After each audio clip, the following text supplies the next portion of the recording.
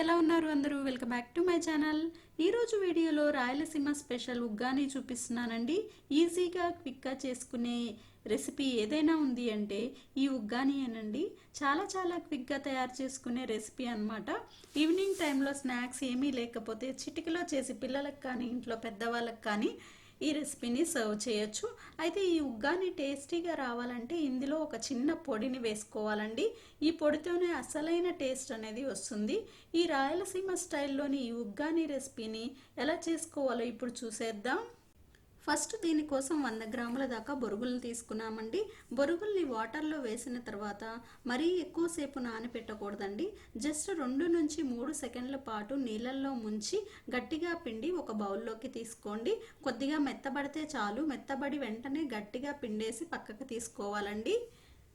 ఈ ఉగ్గాని అనేది నేను 2 నుంచి 3కి వస్తుందండి. ఆ క్వాంటిటీస్తో చేస్తున్నాను అనమాట. 100 గ్రామ్స్కి మీకు కావాల్సిన క్వాంటిటీని అడ్జస్ట్ చేసుకోండి. ఇప్పుడు స్టవ్ పైన బాండీ పెట్టుకొని 2 గంటల ఆయిల్ వేసుకోండి. ఆయిల్ హీట్ అయిన తర్వాత ఇందులో 2 టేబుల్ స్పూన్ల దాకా తాలింపు గింజలు వేసుకోవాలి. ఇందులో ఆవాలు, పచ్చెనపప్పు, మినప్పప్పు, ఎండుమిర్చి, జీలకర్ర అన్నిటినీ కలిపి 2 స్పూన్ల వరకు వేసుకోవాలి. ఈ తాలింపు కొద్దిగా వేగుతుండగానే ఇందులోకి 2 స్పూన్ల దాకా వేరుశనగ గుళ్ళు వేసి వేయించుకోండి. తాలింపు చక్కగా వేగిపోయిన తర్వాత 1 కప్పు దాకా సన్నగా కట్ చేసి పెట్టుకున్న ఉల్లి ముక్కలు, అలాగే ఒక 4 పచ్చిమిర్చి, కరివేపాకు వేసి ఉల్లి ముక్కలు గోల్డెన్ షేడ్ వచ్చే వరకు మీడియం ఫ్లేమ్లో పెట్టి ఫ్రై చేయండి. ఉల్లిపాయలు త్వరగా మగ్గటానికి ఇందులో కొద్దిగా సాల్ట్ కూడా యాడ్ చేయండి. నువ్వుల పొడిని వేయండి. నువ్వుల పొడి వేసిన తర్వాత మాత్రం మంటని లో ఫ్లేమ్లో మాత్రమే ఉంచాలి. పిండి పక్కన పెట్టుకున్న బొరుగులను కూడా వేసుకోవాలి. అందులో బాగా కలిపే విధంగా కలుపుకోండి. ఇక్కడ ఈ నువ్వుల పొడి ప్రిపరేషన్ అనేది నేను ఆల్రెడీ వీడియో పోస్ట్ చేశానండి.